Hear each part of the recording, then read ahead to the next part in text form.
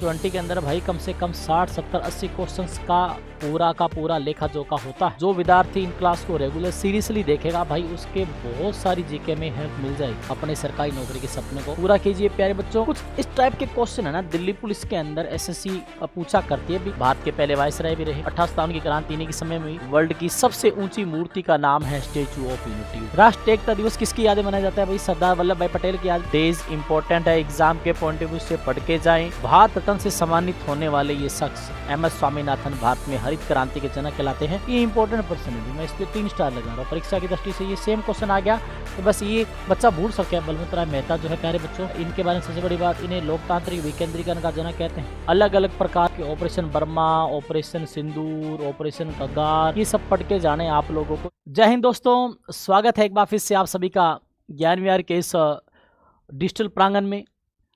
Delhi police constable भर्ती परीक्षा 2025 की तैयारी करने वाले तमाम विद्यार्थियों का ज्ञान विहार एसएससी के इस यूट्यूब चैनल पे प्यारे बच्चों बहुत बहुत स्वागत है। उम्मीद करता हूं कि आप लोग अपनी तैयारी को बहुत ही अच्छे तरीके से कर रहे होंगे और आपकी जो वर्दी का जो सपना है माँ सरस्वती के आशीर्वाद से बच्चों पक्का पूरा होगा। ठीक है, और जो बच्चे रेगुलर मेहनत करते हैं भाई उनकी जीत हो सकता है कि थोड़ा उनको धैर्य रखना पड़ता है, समय लगता है, लेकिन चीज़ें आती है प्यारे बच्चों पक्ष के अंदर। लेकिन बस आप लोग अपनी निरंतर मेहनत करते रहिए।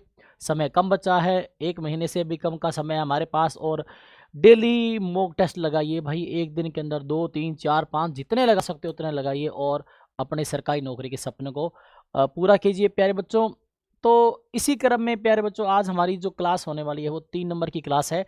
और ये जो 3 नंबर की क्लास से पहले 2 क्लासें हम लोग टॉप 20 जो क्वेश्चंस है भाई प्यारे बच्चों वो हम लोग क्लास कंप्लीट कर चुके हैं। और जैसा कि मैंने आप लोगों को कहा कि दिल्ली पुलिस कांस्टेबल एग्जाम से पहले मैं आप लोगों को 400 क्वेश्चन तो इंपॉर्टेंट जीके के सारे सेगमेंट से देने वाला हूं, और उसके अलावा करंट अफेयर के लिए भी प्यारे बच्चों टॉप 100 या टॉप 400 जितना भी अगर मेरे को जो समय मिला उस हिसाब से आप लोगों के लिए वो अलग से क्लास लेके आऊँगा। और एक मैराथन क्लास भी रहने वाली जिसमें जीके के सारे जो साइंस और जीके दोनों को मिला करके एक बहुत बड़ी क्लास आप लोगों की लगेगी एग्जाम से पहले, ताकि आप लोगों को उस क्लास से बहुत ज़्यादा फायदा होने वाला है। ठीक है, तो प्यारे बच्चों चलिए शुरू करते हैं इस सेशन को। क्लास नंबर 3 टॉप 20 जो एमसीक्यू सीरीज है हमारी। ठीक है, चलिए भाई पहला क्वेश्चन आया साइंस से प्यारे बच्चों।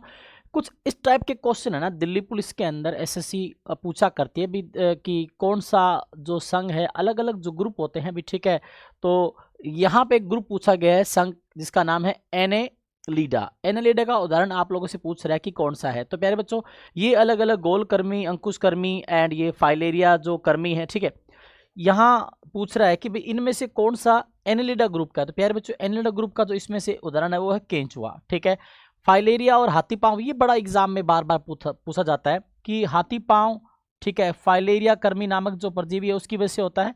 ये प्यारे बच्चों मच्छर के काटने से फैलने वाला बीमारी होता है, मच्छर के काटने से। ठीक है, तो यहाँ आप लोग ध्यान देना फाइलेरिया किसकी वजह से होता है? मच्छर की वजह से होता है। और यहाँ जो पूछ रहा है एनेलिडा केंचुआ है। और जैसा कि मैंने आप लोगों को बताया कि क्वेश्चन के अलावा आप लोगों को बहुत सारी जानकारी एक्स्ट्रा भी उस ऑप्शन के बारे में पता होनी चाहिए। जैसे केंचुआ हमारा उत्तर हो गया कि एनेलिडा संघ का है। लेकिन प्यारे बच्चों इस प्रकार के संघ के कोई जो जीव होते हैं उनका शरीर स्पष्ट है खंड अथवा विखंडों में बंटा होता है। ये प्राय स्वतंत्र जीवी यानी कि फ्री लिविंग होते हैं। इस संघ के एग्जाम्पल्स कौन कौन से हैं? नेरिस है, केंचुआ है और जोंक है। 3 अलग अलग आप लोगों के सामने ये ऑप्शंस दिए गए हैं। ठीक है, और यहाँ देखो भाई केंचुए को किसान का मित्र भी कहा जाता है, क्योंकि प्यारे बच्चों आप लोग सभी जानते हो कि जो केंचुआ होता है ये मिट्टी का जो फर्टिलाइजेशन होता है, जो उत्पादन क्षमता है उसको बढ़ाने का काम करता है। ठीक है, और ये इस वजह से किसानों का मित्र कहलाता है। ठीक है, और किसानों का मसीहा किसे कहा जाता है? एक तो मित्र हो गया। किसानों का मसीहा की बात करें तो प्यारे बच्चों किसानों का मसीहा है चौधरी चरण सिंह को कहा जाता है। चौधरी चरण सिंह हमारे भारत के प्रधानमंत्री रहे भाई, उप प्रधानमंत्री भी रहे चौधरी चरण सिंह जी। ठीक है, 23 दिसंबर को इनके याद में वर्ल्ड फार्मर डे मनाया जाता है। अगला क्वेश्चन हिस्ट्री से पूछा गया है कि निम्न में से किसने अवध को अशांत क्षेत्र घोषित करते हुए और बाद में प्यारे बच्चों उसको अपने नियंत्रण में ले लिया। ठीक है, और ये देखो भाई यहाँ पे 4 अलग अलग जो आप लोगों के सामने लॉर्ड वेलेस्ली क्यों फेमस था? सहायक संधि के लिए फेमस था। ये बढ़िया प्रश्न आता है, ठीक है। और लॉर्ड डलहौजी भाई 1848 से लेकर के 1856 जिसका कार्यकाल, जिसके समय में बहुत सारे सुधार भी हुए और काफ़ी सारी कमियां भी देखने को मिली। लॉर्ड कैनिंग 1856 से 1857 ये सॉरी 62 में, ठीक है, भारत के पहले वायसराय भी रहे। और 1857 की क्रांति इन्हीं के समय में हुई। लॉर्ड रिपन भाई भारत का एकमात्र अच्छा वायसराय माना जाता है 1880 से 1884। और ये भाई साहब आपके 1800 जो 99 से लेकर के 1799 से 1805 वाले। अब यहाँ देखो भी, अवध को अशांत क्षेत्र घोषित करने में महत्वपूर्ण भूमिका निभाई, जिससे इसे ब्रिटिश नियंत्रण में लाना आवश्यक हो गया। तो ये कार्य किया गया लॉर्ड डलहौजी के द्वारा। प्यारे बच्चों, लॉर्ड डलहौजी प्रसिद्ध था डॉक्ट्राइन ऑफ लैप्स के लिए, वेबगत की नीति, या मैं कहूँ तो राज्य हड़प की नीति। राज्य हड़प की नीति किसका हिस्सा थी? साम्राज्य विस्तारवाद का। साम्राज्य विस्तारवाद की जो पॉलिसी थी कि ब्रिटिश साम्राज्य को ज़्यादा से ज़्यादा बढ़ावा दिया जाए, इसके लिए लॉर्ड डलहौजी ने डॉक्ट्राइन ऑफ लैप्स और इसके अगेंस्ट गोद निषेध नीति भी लागू कर दी। डॉक्ट्राइन ऑफ लैप्स क्या है? अगर किसी राजा की मृत्यु हो जाती है या किसी शासक की मृत्यु हो जाती है, उसका कोई पुत्र वारिस नहीं है, तो वह जो साम्राज्य है या राज्य क्षेत्र है वो उस राजा की मृत्यु के बाद ब्रिटिश हुकूमत का हिस्सा माना जाएगा। कई राजाओं ने इसका बहिष्कार भी किया, ठीक है। और डॉक्ट्राइन ऑफ लैप्स की पॉलिसी के अंतर्गत जो एरिया हड़पा गया उसमें सबसे पहला पूछा जाता है सतारा, ठीक है। तो जो एरियाज डॉक्ट्राइन ऑफ लैप्स से हड़पे गए उनमें सतारा, जेतपुर, बगाट, उदयपुर, झांसी, नागपुर, ठीक है प्यारे बच्चों, ये याद रखें भाई, ठीक है। ये एरियाज हड़पे गए थे, सतारा, जेतपुर, बगाट, उदयपुर, झांसी, नागपुर। जो अवध की बात हो रही है, अवध को प्यारे बच्चों 1856 में हड़पा गया था। अगर इनको हड़पने की बात कर लें तो 48, 49, 1850, 52, 1853 और 1854। ये पूछ ले भाई, झांसी को कब अपने अंडर में लिया? 1853 में, बगाट को 1850 में, जेतपुर को 1849 में, सतारा को 1848 में, ठीक है। और अवध को एक चेरी किसने कहा? ये भी क्वेश्चन आता है कि अवध को एक चेरी कहने वाला शख्स कौन था? तो लॉर्ड डलहौजी के बारे में आप लोग याद रख लेना। और लॉर्ड डलहौजी ने प्यारे बच्चों वेबगत की नीति लागू की, गोद निषेध नीति लागू की, और भारत में जो सबसे पहली जो ट्रेन सर्विस है, प्रथम रेल सेवा का जो संचालन है, ठीक है, 16 अप्रैल 1853 को मुंबई से थाने के मध्य 34 किलोमीटर का जो ट्रायल था वो लॉर्ड डलहौजी के समय में हुआ। पहली ट्रेन सर्विस जो भारत में इंट्रोड्यूस हुई वो लॉर्ड डलहौजी के समय में। पोस्ट ऑफिस सेवा भी जो है इनके ज़माने में 1853 का जो चार्टर एक्ट था प्यारे बच्चों, जिसमें ओपन कंपटीशन सिस्टम को भारत में उस सिस्टम को मंजूरी दे दी गई ताकि भारतीय भी आईसीएस एग्जाम में शामिल हो पाएंगे, ठीक है। तो ये जो है अवध प्यारे बच्चों, इस पे कुशासन का आरोप लगा करके लॉर्ड डलहौजी ने ब्रिटिश साम्राज्य का हिस्सा बनाया। भाई ऐसा कौन सा एरिया था जिसको लॉर्ड डलहौजी ने अपना जो क्षेत्र में शामिल कर लिया बैड गवर्नेंस का आरोप लगा करके? और उस समय उसका जो राजा था वो था वाजिद अली शाह। यहाँ देख सकते हो, अवध को अशांत क्षेत्र घोषित करने और 1856 में उसे ब्रिटिश नियंत्रण में लाने में महत्वपूर्ण भूमिका निभाई। उन्होंने वाजिद अली शाह पे आरोप लगाया कुशासन का, बैड गवर्नेंस का। और यह डलहौजी की वेबगत की नीति यानी कि डॉक्ट्राइन ऑफ लैप्स, यानी कि इसका जो दूसरा नाम आता है वो ये आता है प्यारे बच्चों, राज्य हड़प नीति,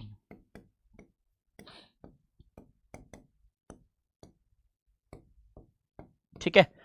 राज्य हड़प नीति की जो पॉलिसी है उसका हिस्सा है, और ये उसके अनुरूप थी जिसके तहत कुशासन के आधार पर किसी राज्य का विलय किया जा सकता था, ठीक है।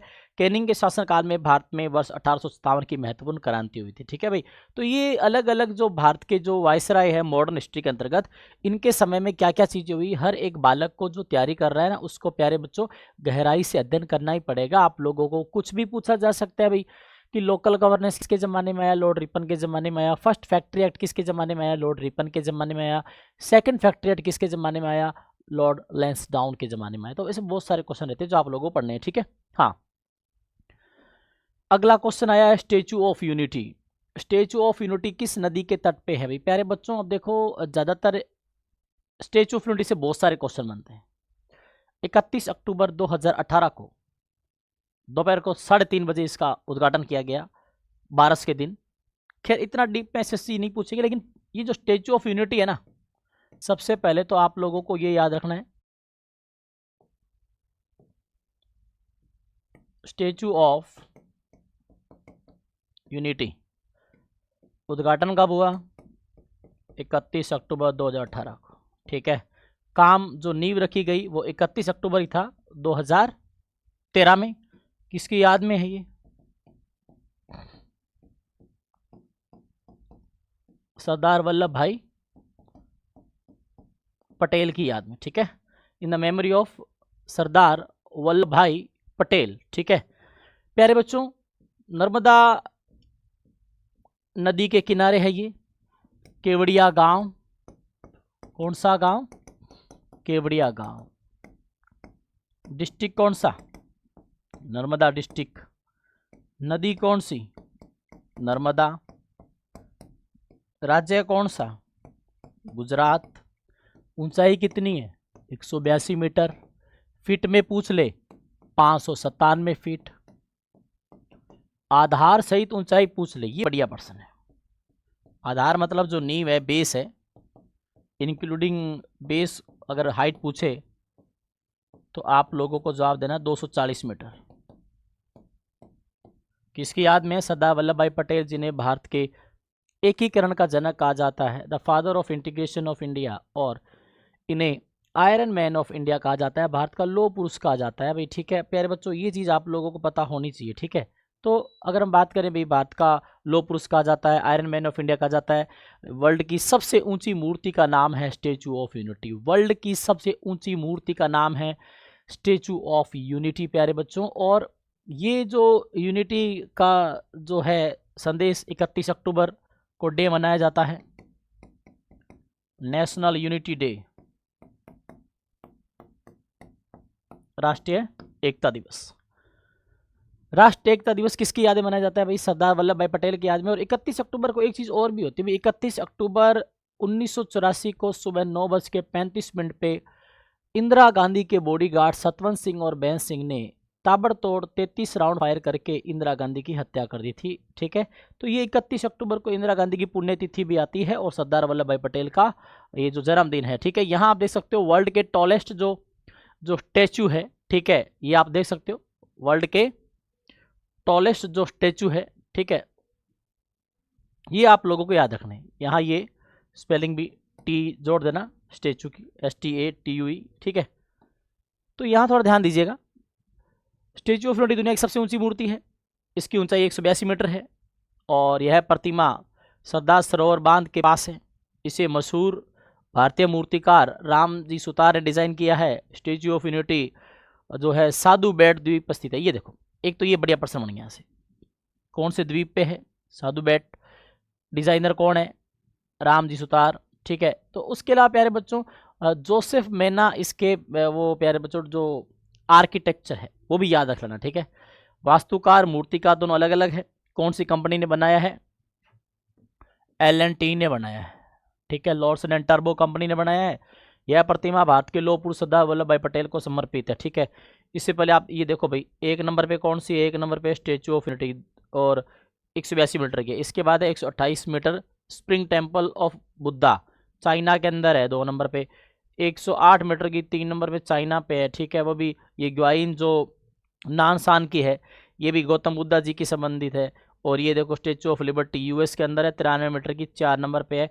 और 5 नंबर की रशिया के अंदर है, 6 नंबर वाली ब्राज़ील में है। लेकिन हमें तो बस यही देखना है, 1 नंबर वाली। 1 नंबर ये सरदार वल्लभ भाई पटेल जी की जो मूर्ति है, जो स्टेचू है, ठीक है, स्टेचू ऑफ यूनिटी, याद रख लेना अभी, इसकी याद में है सरदार वल्लभ भाई पटेल की याद में। ठीक है प्यारे बच्चों, तो ये जरूर आप लोग याद रख लेना। Statue of unity Sardar Vallabh भाई पटेल की याद में है। कौन सी नदी पे? नर्मदा नदी। 4 नंबर क्वेश्चन, राज्य के महाअधिवक्ता की नियुक्ति कौन करता है?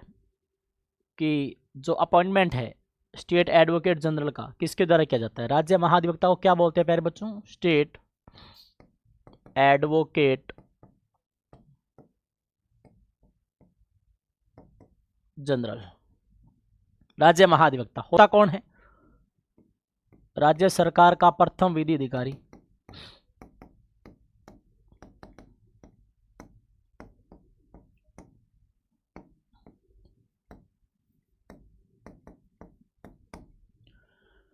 राज्य सरकार का प्रथम विधि अधिकारी, first law officer of state government, first law officer of state government. और ऑल्सो हम लोग कह सकते हैं कि गवर्नमेंट का जो सरकारी वकील होता है, एडवोकेट ऑफ स्टेट गवर्नमेंट, महाधिवक्ता होता है, इसकी नियुक्ति राज्यपाल के द्वारा की जाती है प्यारे बच्चों, जो आर्टिकल 165 में आता है। ये कॉन्स्टिट्यूशन के कौन से आर्टिकल में आता है? 165 में आता है, ठीक है। और राज्यपाल इसकी नियुक्ति करेगा। नियुक्ति कौन से आर्टिकल के तहत है? Article 165 section 1। इसमें है प्यारे बच्चों अपॉइंटमेंट। क्या है? अपॉइंटमेंट, नियुक्ति, ठीक है। राज्य का जो महाधिवक्ता होता है, राज्य सरकार का वकील होता है प्यारे बच्चों, इसका जो कार्यकाल है वो 62 साल की उम्र तक होता है। और जो हम लोगों ने पढ़ा था कि केंद्र सरकार का जो वकील होता है वो महान्यायवादी होता है। और प्यारे विद्यार्थियों, राज्य सरकार का जो प्रथम विधि अधिकारी या जो वकील होता है वो कौन होता है? आप लोगों का स्टेट का महाअधिवक्ता। प्यारे विद्यार्थियों, महान्यायवादी की नियुक्ति करता है राष्ट्रपति, उसी प्रकार से राज्य में राज्यपाल अपॉइंटमेंट करता है महाअधिवक्ता को, एडवोकेट जनरल को। 62 साल रिटायरमेंट है, जो सैलरी है हाई कोर्ट के जजेस के बराबर होती है। और जो क्वालिफिकेशन भी वही कहती है कि he is a citizen of India, Bharat का नागरिक हो, and he is eligible to be a to become a जज इनटू हाई कोर्ट, ठीक है। वह सुप्रीम कोर्ट में जज बनने की योग्यता को पूरा करता होना चाहिए, ठीक है। तो ये आप लोग याद रख लेना भाई, राज्यपाल की द्वारा नियुक्ति की जाती है। आर्टिकल 165 और 165 में इसका पद है, पोस्ट है। और इसकी जो पावर्स है, पावर्स की बात कर लूं, शक्तियां 177 में, ये एक्स्ट्रा इन्फॉर्मेशन आप लोग देख सकते हो। प्रत्येक राज्य का राज्यपाल उच्च न्यायालय के न्यायाधीश नियुक्त होने के लिए अर्हित किसी व्यक्ति को राज्य का महाधिवक्ता नियुक्त करेगा। ये अभी मैंने बताया भी, हाई कोर्ट के बराबर क्वालिफिकेशन होनी चाहिए, ठीक है।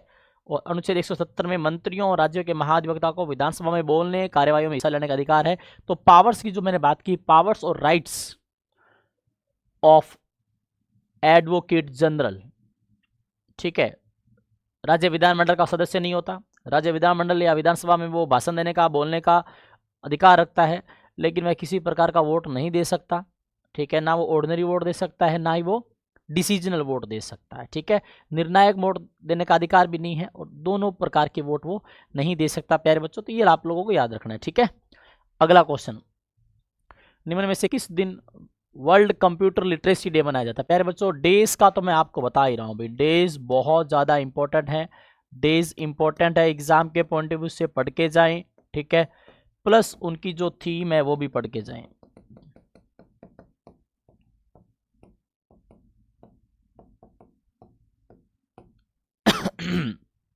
तो विषय वस्तु थीम जो है वो पढ़ के जाएं। बात करें कि वर्ल्ड कंप्यूटर लिटरेसी जो डे है, अगर हम बात करें कि कब मनाया जाता है, तो ये प्यारे बच्चों 2 दिसंबर को मनाया जाता है, ठीक है। और 5 जून को क्या मनाया जाता है? World environment day.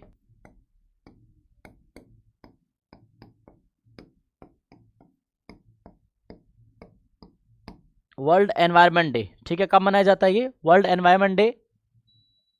ये मनाया जाता है प्यारे बच्चों 5 जून को। 13 मई को मनाया जाता है वर्ल्ड कॉकटेल डे।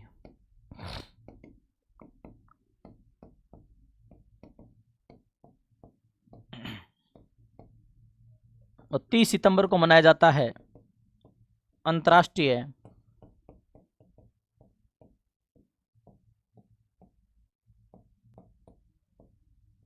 अनुवाद दिवस।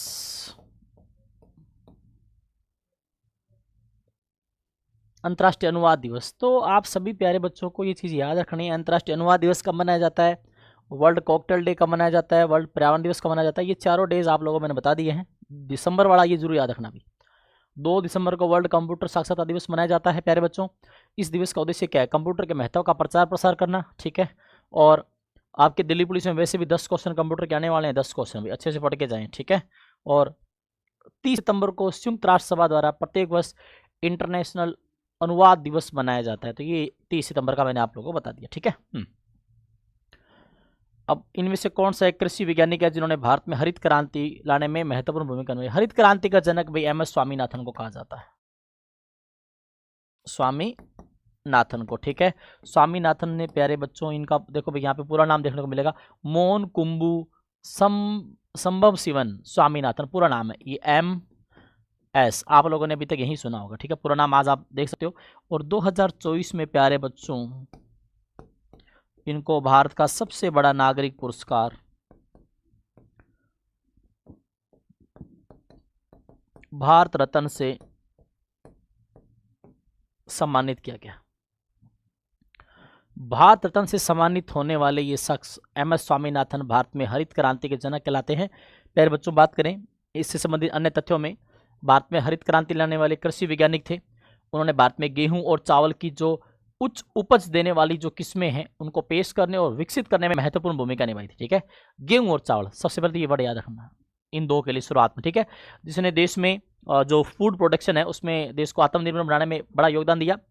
और 2024 में इनको भारत रत्न देने की घोषणा की गई। भाई घोषणा क्या की गई प्यारे बच्चों, मिल ही गया इनको, ठीक है, भारत रत्न से सम्मानित, भारत रत्न से सम्मानित हो गया भाई, दे दिया इनको, ठीक है। और 2000 आप लोगों को कमेंट बॉक्स में कमेंट करके ये बताना है कि 2024 में कुल कितने लोगों को भारत रत्न दिया गया।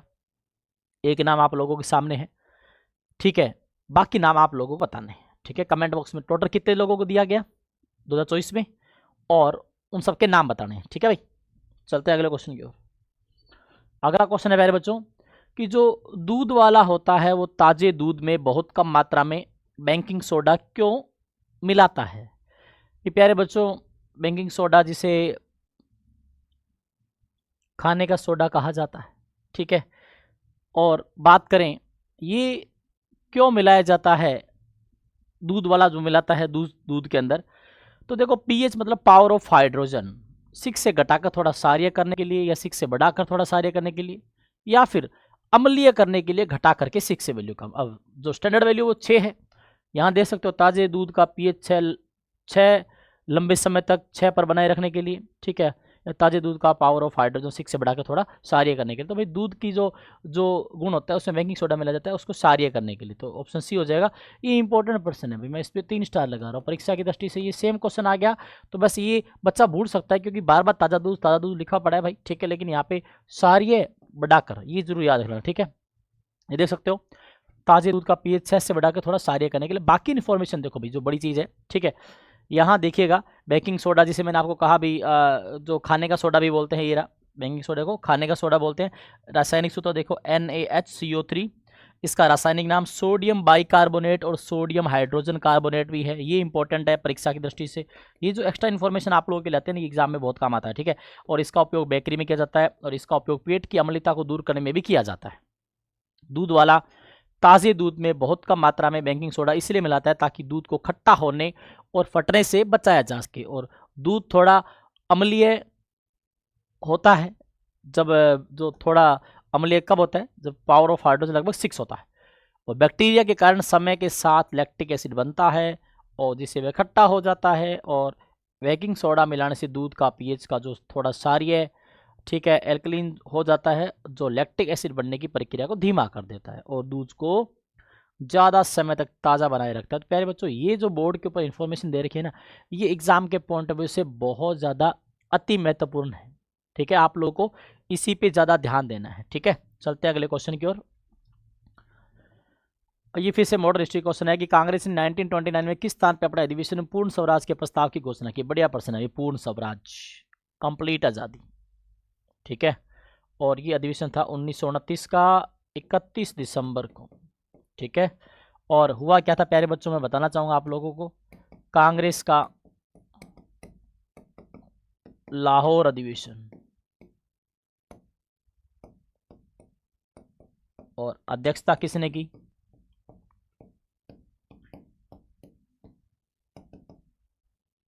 अध्यक्षता कर रहे थे पंडित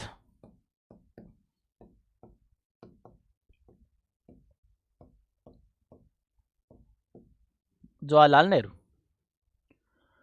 31 दिसंबर 1929 को लाहौर में रावी नदी के किनारे मध्य रात्रि को सभी कांग्रेसियों को इकट्ठा होने का आह्वान किया पंडित जवाहरलाल नेहरू ने और तिरंगा फहराते हुए हर साल 26 जनवरी को राष्ट्रीय जो हमारा पर्व है स्वतंत्रता दिवस मनाने की घोषणा कर दी। अब आप बोलोगे गुरुजी 26 जनवरी को तो गणतंत्र दिवस मनाते हैं, ये आप कह रहे हो कि इंडिपेंडेंस डे की बात कहाँ से आ गई। जी हाँ, आप बिल्कुल सही सुन रहे हो। स्वतंत्रता दिवस मनाने की घोषणा की गई 26 जनवरी को हर साल। 1929 के इसी सेशन में पूर्ण स्वराज का प्रस्ताव पारित हुआ और हर साल ये लोग 26 जनवरी को क्या मना रहे थे? स्वतंत्रता दिवस। लेकिन अंग्रेजों ने भी खेल तो खेला ही, हमें आज़ादी दे दी 15 अगस्त को। अब एक साल में दो आज़ादी दिवस तो मना नहीं सकते। तो प्यारे विद्यार्थियों, फिर हमारा संविधान लागू किया गया इसी तारीख को, इस तारीख को इतिहास में आगे अमर करने के लिए। ठीक है, तो ये चीज़ आप लोगों को याद रखनी है। और यहाँ आप देख सकते हो, कांग्रेस ने दिसंबर 1929 में पूर्ण स्वराज का प्रस्ताव लाहौर अधिवेशन में पारित किया। इसके अध्यक्ष पंडित जवाहरलाल नेहरू थे। ये बात हम लोग कर चुके हैं। ठीक है, लाहौर अधिवेशन में पारित पूर्ण स्वराज के प्रस्ताव के अनुसार भारतीय राष्ट्रीय कांग्रेस के संविधान में स्वराज्य शब्द का आशय अब से पूर्ण स्वराज होगा। ठीक है, नेहरू रिपोर्ट की फेलियर के बाद सभी जो कांग्रेसियों की जो डिमांड थी वो कंप्लीट स्वराज की थी। ठीक है, लाहौर अधिवेशन 1929 में नेहरू समिति की रिपोर्ट को निरस्त घोषित कर दिया गया। और ये जो नेहरू समिति थी ये कब आई थी? नेहरू रिपोर्ट कमेटी जो बनी थी 1928 में बनी थी। ठीक है, चलते हैं अगले क्वेश्चन की ओर। किसी अर्थव्यवस्था में मत्स्य पालन का जो है ये कौन से का हिस्सा होता है? क्या ये प्राथमिक क्षेत्र का हिस्सा होता है, द्वितीय, तृतीय? प्यारे बच्चों, यहाँ से एग्जाम में बहुत ज़्यादा इंपॉर्टेंट क्वेश्चन आ सकते हैं। आप लोगों को इसके एग्जाम्पल पढ़ के जाने हैं, इसके एग्जाम्पल पढ़ के जाने हैं और इसके एग्जाम्पल पढ़ के जाने। ठीक है, ये बहुत कम चांसेस है। ठीक है, यहाँ के एग्जाम्पल तीनों के पढ़ के जाने हैं। ठीक है, तो ये जो है ना मत्स्य पालन, ठीक है, ये प्राइमरी सेक्टर का हिस्सा होता है, प्राइमरी सेक्टर का है। यहाँ देखो आप लोग, प्राथमिक क्षेत्र में एग्रीकल्चर आता है, वानिकी आती है, पशुपालन आता है, एनिमल हस्बेंड्री पशुपालन, मत्स्य पालन, मुर्गी पालन और खनन शामिल है। माध्यमिक क्षेत्र में भारी विनिर्माण, प्रकाश जो निर्माण है, खाद्य प्रसंस्करण है, तेल शोधन है और ऊर्जा उत्पादन शामिल है। तृतीय क्षेत्र में स्वास्थ्य सेवा, परिवहन, शिक्षा, मनोरंजन, पर्यटन, वित्त, बिक्री और खुदरा शामिल है। ठीक है, यानी कि ये देखो तृतीय क्षेत्र परीक्षा की दृष्टि से अति महत्वपूर्ण है, क्योंकि इसके अंदर प्यारे बच्चों आपका स्वास्थ्य भी आ रहा है, शिक्षा भी आ रही है। और ये दोनों स्वास्थ्य और शिक्षा है ना समवर्ती सूची में आते हैं, ये भी आप लोगों को पता होना चाहिए।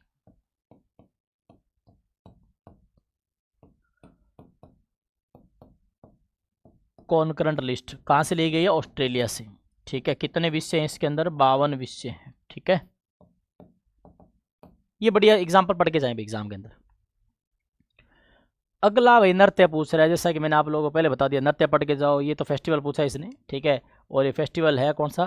थाईपुसम। ये तो भगवान के नाम पे है, अभी थाई महीने के अंदर आता है, थाईलैंड के अंदर, है ना? गलत जवाब प्यारे बच्चों। अगर ऑप्शन में थाईलैंड होता ना भारत के अलावा, आप लोग थाईलैंड कर देते, लेकिन ये राज्य का पूछ रहा है, भारत के राज्य का। तो तमिलनाडु के अंदर प्यारे बच्चों तमिल समुदाय के द्वारा ये मनाया जाता है। और इसके छायाचित्र आप देखिए, ये है भाई उस उत्सव की एक दृश्य जो आप लोगों के सामने बताया गया है। थाईपुसम जो उत्सव है, थाईपुसम तमिलनाडु राज्य में मनाया जाता है। यह त्यौहार मुख्य रूप से तमिल समुदाय के द्वारा मनाया जाता है और थाईपुसम भगवान जो मुरुगन की बुराई पर जीत के उत्सव के रूप में मनाया जाता है। यह त्यौहार तमिल कैलेंडर के थाई माह की पूर्णिमा को तमिलनाडु में मनाया जाता है। तो ये थोड़ा आप लोग इस चीज़ को याद रखना भी, थाईपुसम तमिलनाडु। ग्राम पंचायत के निर्वाचित प्रतिनिधियों का कार्यकाल कितना होता है? इलेक्टेड जो पोस्ट होती है ग्राम पंचायतों का, उनका कार्यकाल सीधी सी बात है भाई प्यारे बच्चों, ग्राम पंचायत में कौन कौन आ जाएगा? मुखिया कौन होता है? सरपंच। उसके बाद कौन आता है? उप सरपंच। ठीक है, तीसरा कौन होता है? वार्ड पंच। ठीक है, इसका चुनाव प्रत्यक्ष रूप से होता है,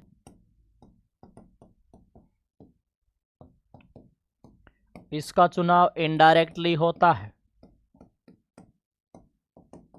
अप्रत्यक्ष रूप से निर्वाचित। सरपंच का चुनाव प्यारे बच्चों ये वैसे तो ज़्यादातर जो है भाई लोग बोलते हैं प्रत्यक्ष रूप से है, हालांकि कुछ राज्यों में ऐसा नहीं होता, लेकिन प्यारे बच्चों जनरली प्रत्यक्ष रूप से होता है। लेकिन रियल कॉन्स्टिट्यूशन के पॉइंट ऑफ व्यू से इसका आंसर क्या होना चाहिए? Depends on concern state legislature, यानी कि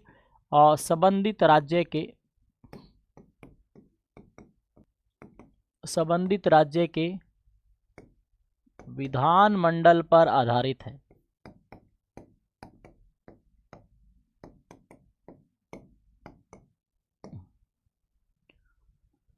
संबंधित राज्य के विधानमंडल पर निर्भर करता है प्यारे बच्चों, आप लोगों के सामने जो मैंने पूछा है, ठीक है। संबंधित राज्य के विधानमंडल निर्धारित करता है इसका सरपंच का चुनाव, कार्यकाल कितना। और ग्राम पंचायत जो वर्ड है ये आर्टिकल 40 में आता है, ठीक है। ये देख सकते हो कार्यकाल 5 वर्ष का होता है, सामान्य सी बात है। अगला क्वेश्चन है कि भारत में पहले क्षेत्रीय ग्रामीण बैंक की जो स्थापना है किस वर्ष की गई। पहले क्षेत्रीय ग्रामीण बैंक की स्थापना प्यारे बच्चों ये 1975 में हुई थी। इंडिया के अंदर पहला जो रीजनल रूरल बैंक है, रीजनल रूरल बैंक RRB, ठीक है, रीजनल रूरल बैंक, ठीक है, 1975 में उत्तर प्रदेश के अंदर बना था भाई, देख सकते हो भाई। यूपी के मुरादाबाद का प्रथम बैंक पहला RRB था, 1975 में बना। क्षेत्रीय ग्रामीण बैंक कृषि और अन्य ग्रामीण क्षेत्रों के लिए उपयुक्त व पर्याप्त ऋण सुनिश्चित करते हैं, ठीक है भाई। ये जो रीजनल रूरल बैंक होते हैं ये एग्रीकल्चर और किसानों के लिए, ग्रामीण क्षेत्र के लोगों के लिए, ठीक है प्यारे बच्चों, क्या कहते हैं, लोन प्रोवाइड करने का काम करते हैं। बहुत बढ़िया प्रश्न है ये। अभी जस्ट हम लोग बात करके गए थे ग्राम पंचायत शब्द का जो उल्लेख है भारतीय संविधान के निम्नलिखित में से किस अनुच्छेद में है। तो ग्राम पंचायत आता है आर्टिकल 40 के अंदर। 47 तो भाई प्यारे बच्चों ये बहुत बढ़िया आर्टिकल है, इसमें बहुत सारी बातें हैं। नशीले पदार्थों के सेवन पर रोक, प्रोहिबिशन ऑफ एल्कोहलिक जो मटेरियल्स होते हैं, नशीले पदार्थों के सेवन पर रोक या जहरीली शराब पर रोक, ठीक है, जहरीली शराब पे। 47 में ही है प्यारे बच्चों लोगों का उत्तम स्वास्थ्य, टू प्रमोट जो पब्लिक हेल्थ है, लोगों का उत्तम स्वास्थ्य, ठीक है, ये बात भी इसी में आती है। और सामुदायिक जो स्वास्थ्य केंद्र जो गांव में बनाए जाते हैं वो आर्टिकल 47 का हिस्सा है,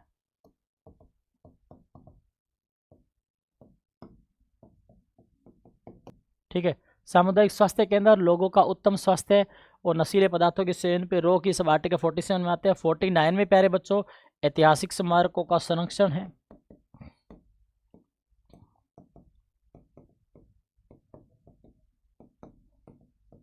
प्रोटेक्शन ऑफ हिस्टोरिकल प्लेसेस, ठीक है। 49 में। 51 में क्या है,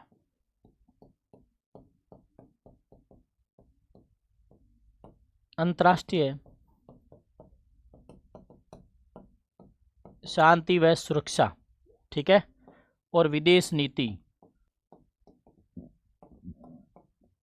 यानी कि इंटरनेशनल पीस एंड सिक्योरिटी,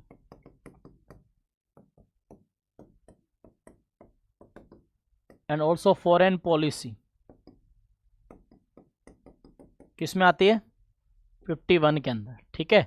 तो ये सारी चीजें आप लोगों को पता होनी चाहिए। और ये जो चारों आर्टिकल्स है ना, चारों के चारों आर्टिकल्स आपके DPSP में आते हैं, directive principle of state policy, यानी कि राज्य के नीति निर्देशक जो तत्व होते हैं प्यारे बच्चों उसके अधीन माने जाते हैं, ठीक है। DPSP होता है directive principle of state policy, तो यहाँ से ये आप लोग कवर कर सकते हो, ठीक है। आयरलैंड से लिया गया है, देख सकते हो। ग्राम पंचायतों के संगठन से संबंधित है। भारत में पंचायती राज व्यवस्था का वास्तुकार और शिल्पीकार बलवंत राय मेहता को कहा जाता है, ठीक है। बलवंत राय मेहता जो है प्यारे बच्चों, इनके बारे में सबसे बड़ी बात, इन्हें लोकतांत्रिक विकेंद्रीकरण का जनक कहते हैं।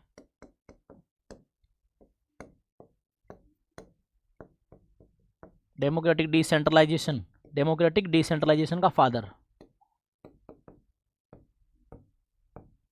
ठीक है। इन्होंने त्रिस्तरीय पंचायती राज के व्यवस्था के गठन की सिफारिश की थी। 73वें संविधान संशोधन अधिनियम 1992 के द्वारा भारतीय संविधान में भाग 9 और 11वीं अनुसूची जोड़ी गई। 11वीं अनुसूची में पंचायती राज को काम करने के लिए 29 सब्जेक्ट दिए गए हैं। मंदे क्या होती है, विषय, सब्जेक्ट्स जोड़े गए, ठीक है। बढ़िया प्रश्न है। प्यारे बच्चों, नाइसी, अपतानी और बोकर भाषाएं व्यापक रूप से कहाँ बोली जाती है। अब देखो भाई, अलग अलग राज्यों में बच्चों से ये भी पूछ लेते हैं कि बताओ उस राज्य में पर्टिकुलर कौन सी भाषा है जो फेमस है, ठीक है, जो बोली जाती है। तो यहाँ एक बच्चे को अलग अलग भाषाएं, अलग अलग फेस्टिवल्स, उस राज्य में बहने वाली नदियाँ, उस राज्य के राष्ट्रीय पार्क, ठीक है, उद्यान, वन्यजीव अभयारण्य, लोकसभा की सीटें, राज्यसभा की सीटें, सारी चीज़ें पढ़नी पड़ेगी भाई, तब जाके सिलेक्शन होगा।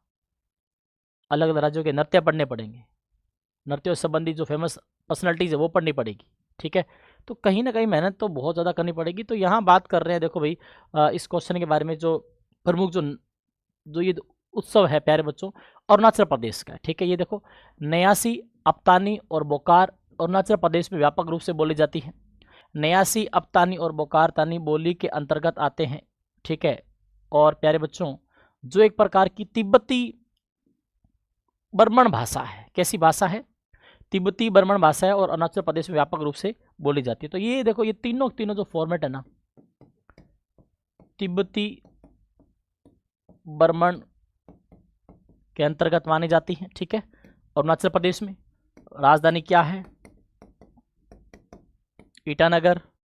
और प्यारे बच्चों कमेंट बॉक्स में ये बताना आप लोगों को, लोकसभा की सीटें तो मैं बता देता हूँ 2 है, राज्यसभा की सीटें बता देता हूँ 1 है,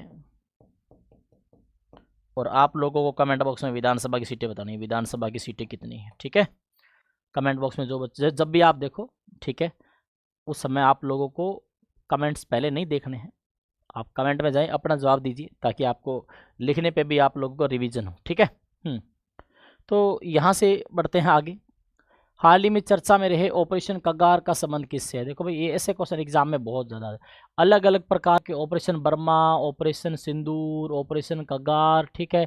ये सब पढ़ के जाने आप लोगों को, चाहे वो माओवादी संबंधित हो, आतंकवादी विरोधी कोई कैंपेन हो, बॉर्डर सिक्योरिटी का हो या ड्रग तस्करी के खिलाफ हो, ठीक है। तो ये सब चीज़ें हमें पढ़ के जानी। बट ये जो ऑपरेशन कगार है प्यारे बच्चों, हमारे माननीय गृह मंत्री अमित शाह जी ने इसको हरी झंडी दी थी। ये जो माओवादी जो नक्सली एरियाज़ हैं उनको, उन पे माओवादियों पे रोकथाम लगाने के लिए, ये देख सकते हो ऑपरेशन कगार किसके खिलाफ है, माओवाद विरोधी अभियान है, ठीक है। ऑपरेशन कगार गृह मंत्री अमित शाह के नेतृत्व में एक पहल है। इसका उद्देश्य भारत में नक्सल गतिविधियों को खत्म करना है और माओवाद के राजनीतिक प्रभाव को समाप्त करना है। खास तौर पे कौन कौन से एरिए, छत्तीसगढ़, तेलंगाना, पड़ोसी राज्यों में फैले तथाकथित रेड कॉरिडोर में वर्तमान में यह एक छत्तीसगढ़ में चल रहा है। गृह मंत्री अमित शाह ने माओवादी आंदोलन को खत्म करने के लिए मार्च, कब तक की सीमा है, मार्च 2026 तक के इनको कंप्लीटली फ्री कर दिया जाएगा, ठीक है। बढ़िया चीज़ है भाई, लोगों को परेशान करते हैं ये लोग, ठीक है। इसलिए सरकार ये कदम उठा रही है। अगला क्वेश्चन है किस राज्य में लोकसभा के सीट जो सदस्य है उसकी संख्या अधिकतम है। देखो भाई यहाँ पे तो बच्चा रट्टा मार के बैठा होता है कि जो लोकसभा की जो सीटें है ना, लोकसभा की सीटें प्यारे बच्चों जनसंख्या पर निर्भर करती है। जिस राज्य की ज़्यादा जनसंख्या सीटें ज़्यादा, जिस राज्य की जनसंख्या कम सीटें कम, ठीक है। हालांकि एक बच्चे को ये पता है कि उत्तर प्रदेश में सबसे ज़्यादा जनसंख्या है तो सीटें वहाँ की सबसे ज़्यादा है, नो डाउट ज़्यादा है। बट यहाँ पे जो क्वेश्चन पूछा गया, अगर इसके अलावा अगर वो क्वेश्चन पूछता 4 राज्य दे के बोलता कि इनमें से बताओ सबसे ज़्यादा किसकी है, तो अच्छा होता, ठीक है। यहाँ देखो भाई उत्तर प्रदेश की सबसे ज़्यादा सीटें हैं 80, और कर्नाटका में कितनी है 28, महाराष्ट्र में कितनी है 48, आंध्र प्रदेश में कितनी है 25। तो सबसे ज़्यादा क्या पे उत्तर प्रदेश में, ठीक है। तो प्यारे बच्चों हर एक राज्य की सीटें आप लोगों को पता होनी चाहिए। और मैक्सिमम सीटें कितनी हो सकती है लोकसभा की 550, प्रेजेंट में कितनी है 543, और राज्यों से कितनी है, स्टेट से 524, और यूटी से कितनी है 19। तो वर्तमान में भारत में लोकसभा की जो सीटें हैं उनकी संख्या है 543।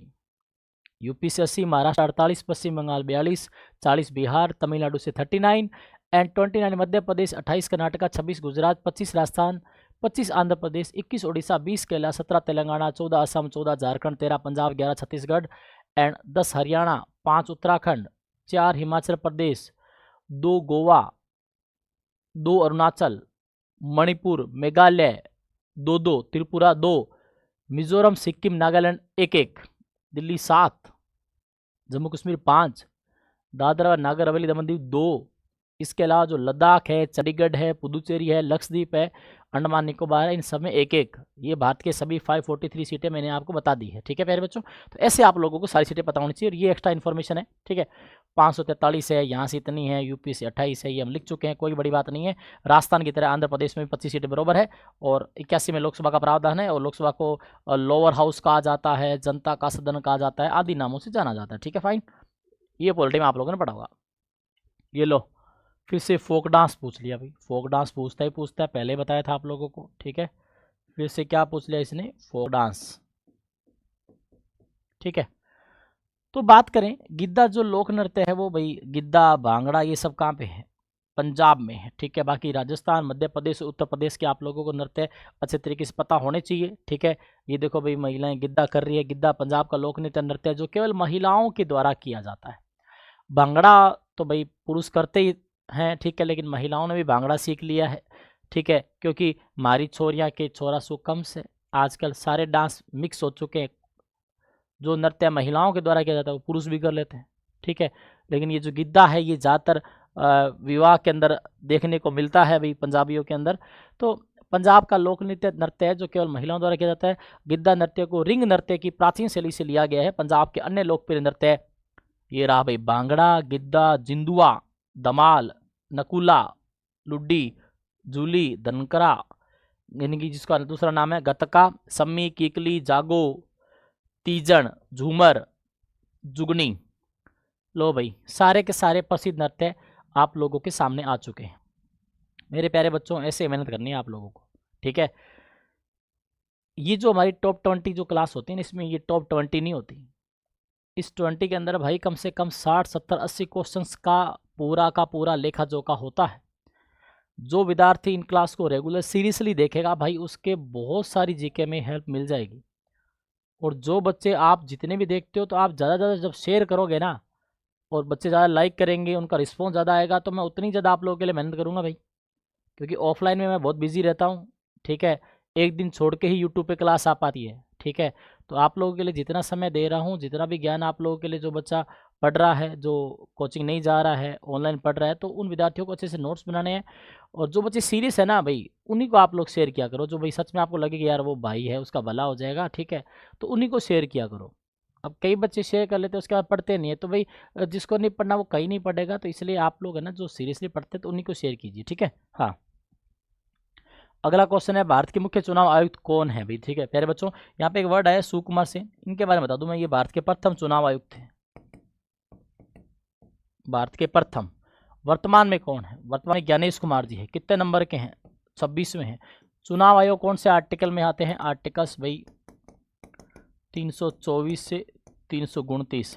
और कॉन्स्टिट्यूशन के कौन से भाग में आते हैं? भाग 15 में आते हैं, ठीक है। भाग 15 इलेक्शन कमीशन ऑफ इंडिया से संबंधित है। और इलेक्शन कमीशन का काम क्या है? इलेक्शन कमीशन ऑफ इंडिया क्या करता है? ECI क्या करता है भाई? Election commission of India. ये वर्तमान में ज्ञानेश कुमार भारत के मुख्य निर्वाचन आयुक्त है। इससे पहले राजीव कुमार जी थे, ये 25वें थे, ठीक है। ये अलग से याद रखना, पहले पहले बता दिया आपको। इलेक्शन कमीशन ऑफ इंडिया क्या करता है भाई? राष्ट्रपति,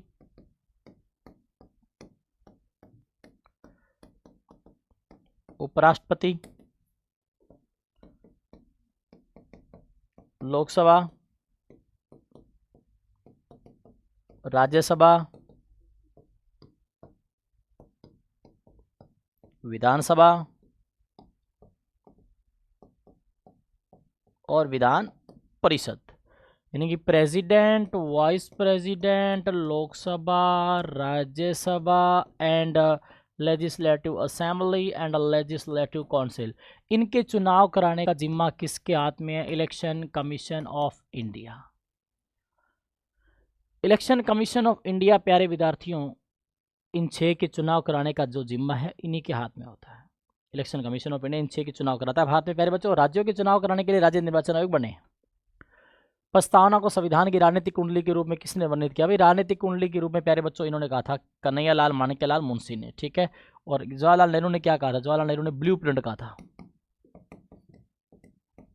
इन्होंने कुछ नहीं कहा भाई, ठीक है, ब्लू प्रिंट कहा। तो प्रस्तावना जो प्रियम्बल है प्यारे बच्चों, पूरी प्रस्तावना डिटेल में पढ़ाई है, एक एक वर्ड को एक्सप्लेन किया गया है, थ्योरी प्लस MCQs के साथ। तो आप लोग ज्ञान विहार SSC का जो यूट्यूब चैनल है उस पर पूरी प्रस्तावना, आप भारत में कोई भी पेपर दे सकते हो उस प्रस्तावना से, सभी भर्ती परीक्षाओं के लिए उपयोगी है वो। तो मेरे प्यारे बच्चों प्रियम्बल टॉपिक को आप वहाँ से देख सकते हो। प्रियम्बल आप लोगों को भी हमारे संविधान की आत्मा है प्यारे बच्चों, संविधान की आत्मा है, सार है, कुंजी है, भूमिका परिचय पत्र है, ठीक है, ब्लूप्रिंट है। और हम भारत के लोग जैसे शब्दों से शुरू होती है। 26 नवंबर 1949 का जो आंकड़ा है, ये जो तारीख है, कहाँ लिखा हुआ है? प्रस्तावना में लिखा हुआ है, ठीक है। तो ये पूरी प्रस्तावना डिटेल एनालिसिस पढ़ा रखा है। और जिसको प्रस्तावना का अलग अलग लोगों ने टाइटल दिया है वो आप लोगों के सामने है, यहाँ देख सकते हो। कन्हैयालाल माणिक्यलाल मुंशी ने प्रस्तावना को पंडित जवाहरलाल नेहरू के द्वारा 13 दिसंबर 1946 को संविधान सभा के समक्ष पेश किया गया। ये तीसरी मीटिंग थी 13 दिसंबर को। संविधान सभा ने प्रस्तावना को 22 जनवरी 1947 को स्वीकार किया। ठीक है, ये बढ़िया प्रश्न है। और प्रस्तावना को अमेरिका के संविधान से लिया गया है। प्रस्तावना को भारतीय संविधान की आत्महृदय कहा जाता है और प्रस्तावना को ये संविधान की आत्मा ठाकुर दास भार्गव ने कहा। लास्ट क्वेश्चन बहुत बढ़िया प्रश्न है। दक्षिण में छोटा अंडमान कार निकोबार द्वीप समूह द्वारा अलग होता है। प्यारे बच्चों, अलग अलग चैनल है, 60 degree, 9 degree, 8 degree, 10 degree. 10 degree channel जो है दक्षिण में छोटा अंडमान निकोबार द्वीप समूह द्वारा अलग होता है। अब यहाँ पे आप लोग देखो भाई, अलग अलग जो चैनल है ना, इनका जो स्थान है चैनल का, कहाँ से कहाँ किसके बीच में है, किसको अलग करता है। 10 डिग्री चैनल है लिटिल अंडमान और कार निकोबार के मध्य से। 9 डिग्री चैनल है मिनिकॉय और लक्षद्वीप के मध्य से। हालांकि Lakshadweep is a combination of 3 टापूज, लक्काद्वीप, मिनिकॉय, अमीन द्वीप। 8 डिग्री चैनल है मालदीव और मिनिकॉय। 6 डिग्री चैनल है ग्रेट निकोबार और सुमात्रा इंडोनेशिया के मध्य है। और नॉर्थ, भारत का दक्षिणतम बिंदु इंदिरा पॉइंट है, अंडमान और निकोबार द्वीप समूह स्थित है। ये बहुत बढ़िया प्रश्न है, ये बहुत बार आता है। दक्षिणतम बिंदु भारत का कौन सा है? इंदिरा पॉइंट है भाई। ठीक है, तो ये अलग अलग चैनल जो आप लोगों के सामने है ना, प्रश्न एक पूछा जाता है, लेकिन उसके बारे में आप लोगों को कंप्लीट डिटेल में जानना चाहिए भाई। तो मेरे प्यारे बच्चों, बहुत बहुत शुभकामनाएं आप लोगों को आने वाले एग्ज़ाम के लिए। खूब मेहनत करो, सर्दी गर्मी सुख दुख भूख प्यास सब भूल जाओ। मिलेंगे अगली टॉप 20 की चौथी क्लास के साथ बहुत जल्द। आप लोग तीनों जो क्लासें हुई उसमें भाई प्यारे बच्चों 60 क्वेश्चन नहीं हुए, ये 200 क्वेश्चनों के बराबर है, अगर कोई बच्चे ने डिटेल में एक एक बात सुनी है तो प्यारे बच्चों लाइक शेयर करना ना भूलें। मिलते हैं अगली क्लास में। जय हिंद, जय भारत।